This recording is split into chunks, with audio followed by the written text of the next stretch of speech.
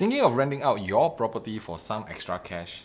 Think again. You might want to give it some thought because you might lose more money than you make. What if I told you that so-called investment could actually be draining your wealth instead of building it? Now, before you hand over your keys, let's uncover why renting out your property could be one of the biggest financial mistakes you ever saw coming. The owners of rental properties in Singapore were impacted by a major change to residential property tax that was announced in 2022 by former Finance Minister Lawrence Wong. Well, if you're not aware, depending on whether you live there or you rent it out, residential properties are subject to either homeowner-occupier or non-owner-occupier tax rate. This rate increase is a fixed cost for landlords, meaning it may reduce your rental income. So if you live in the property you own, lucky you, you're paying the owner-occupier rate. But if you're renting out your property, well, you're on hit with the non-owner-occupier tax rate, which is a significant hike from the last one. So stick around until the end as I will be using our custom research tool to explore why renting out your property might be a financial mistake. What do you think? Is renting out your property really the passive income stream it's made out to be? Or could it cost you more than you expect? Comment below your answers. To give you a better understanding, we'll use the REI method and divide this video into 3 parts.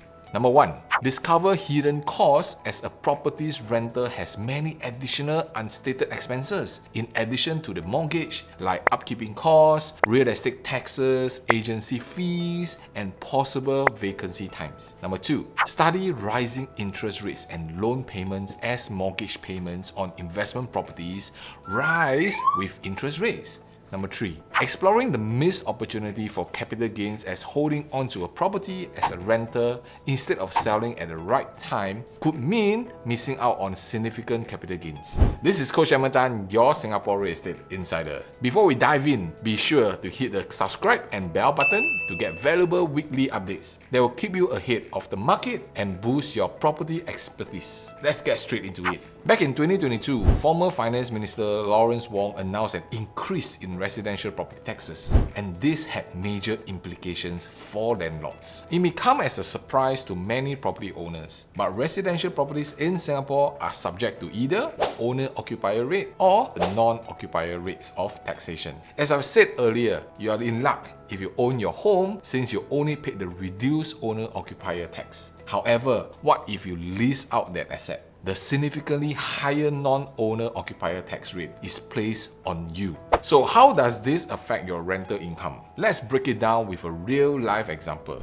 Let's say you bought a 915 square feet, 3-bedroom unit at Normanton Park for 1.9 million, and you rent it out at a current market rate of $6,000 a month. Sounds like a great deal, right? Don't you think? But don't pop the champagne just yet. Remember, you still have costs like the interest on your mortgage, upkeeping charges, and of course, the high non-owner occupier tax. This is the tricky part. Due to the unit's estimated yearly value of $49,400, your monthly property tax payment is $648, or nearly $8,000 annually. Just 2 years ago, in 2022, this same tax was around $5,388 a year. That's an increase of 40% in just 2 years. On the other hand, for properties with an annual value above $60,000, the hit is even bigger.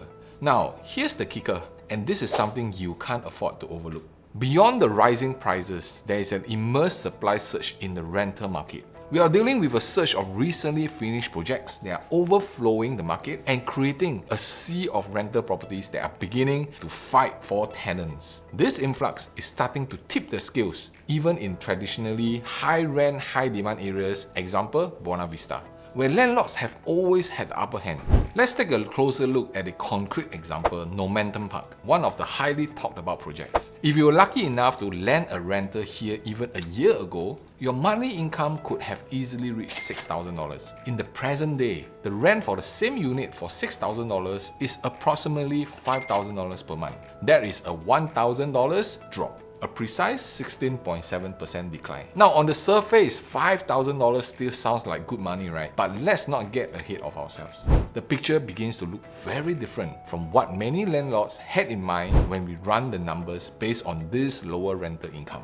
Well, let's assume that you had those idealistic versions of earning $6,000 a month and effortlessly repaying your mortgage. The state of affairs now is somewhat steady. Once your mortgage maintenance and other expenses are paid, the $5,000 new rent significantly reduces your monthly savings. Suddenly, you're looking at a much narrower margin, just $592 per month, as opposed to generating savings of nearly $1,600 every single month.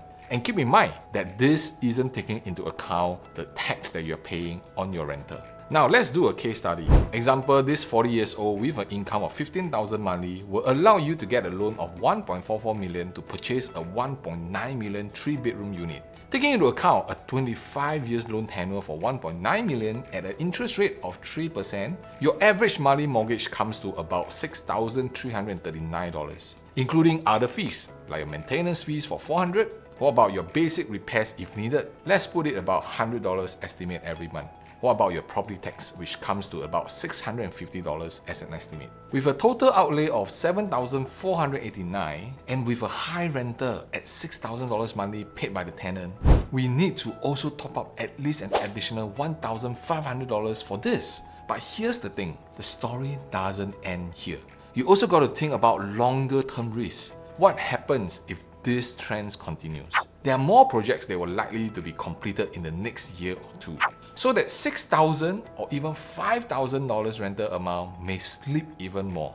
You might find yourself stuck in a situation where your rental income barely covers your costs, or worse, you are in the red. So what's the lesson here?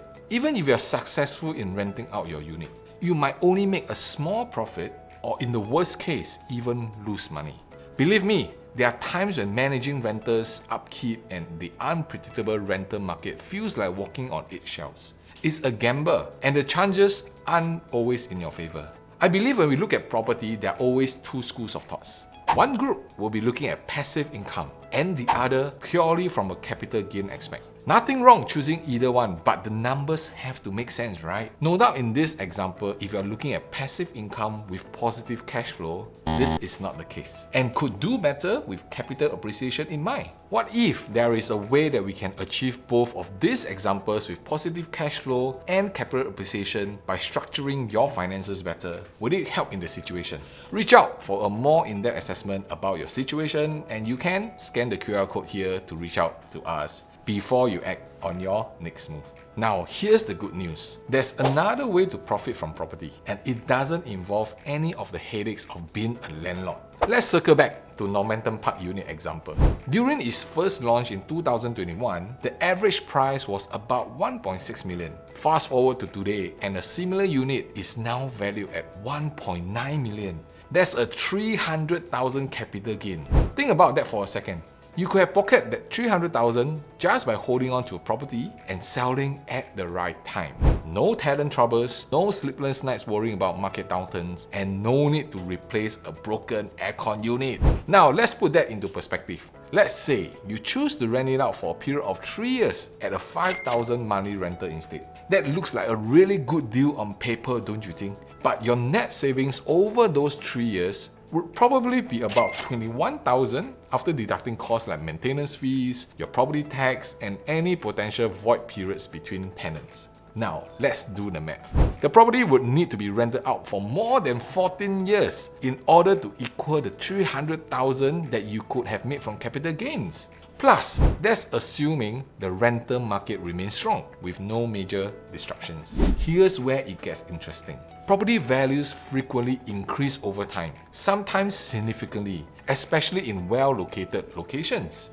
Holding on to that unit for rental income could come at a significant opportunity cost, particularly if you miss out on selling when the market is at its strongest. Sure, rental income provides a steady cash flow, but is it the most profitable route? The answer isn't as straightforward as you might think. Let's break down why relying solely on rental income might not be your best bet, and what alternatives you should consider. First up, let's talk about rising costs. These days, rent prices are dropping and taxes are rising for landlords. It's possible that your rental yield has decreased from its previous level due to rising maintenance and property tax. You may also lose money due to the income taxes on rental. It means it's time to reassess your strategy. It's important to take properties with strong capital appreciation potential into consideration factor rather than just concentrating on rental yield. Why? Because capital appreciation has the potential to greatly increase your overall profit, even though rental income only provides you with a monthly return. For example, over time, properties in developing districts or areas with planned infrastructure developments frequently see significant increase in value. But that's not all. You should pay attention to other investment property options. Commercial and industrial properties are worth considering provided you have already exhausted your residential options and NIMs. Because commercial properties are generally used for business, the yield on average has always been better than residential. So if you are solely considering cash flow and yield, you might be looking at the wrong portfolio. So if you're a landlord or thinking about becoming one, I encourage you to sit down, review your numbers, and evaluate your options. There are times when renting out a property could work for you, but as we have seen today, it's not always a guaranteed win. Before you jump headfirst into renting out your property, it's important to hit the pause button and really evaluate whether it's the right move for you. Sometimes renting out your property could be more of a financial misstep than a windfall. Remember, investing is about making informed decisions and finding the best fit for your financial goals. For a personalized assessment tailored just for you, take a moment to pause the video and scan the QR code on your screen. By connecting with me, you gain access to expert guidance that will help you navigate the complexities of property decisions with confidence and security. If you found today's analysis insightful and valuable, please show your support by liking this video, subscribing to my channel, and tapping that bell icon. This way, you won't miss out on the latest updates and in-depth analysis of Singapore's ever-evolving property market. Your engagements helps me bring you more content that's relevant and informative. Thank you so much for tuning in today. Remember, staying informed is key to making strategic property decisions. So until next time, keep exploring and stay ahead of the property curve.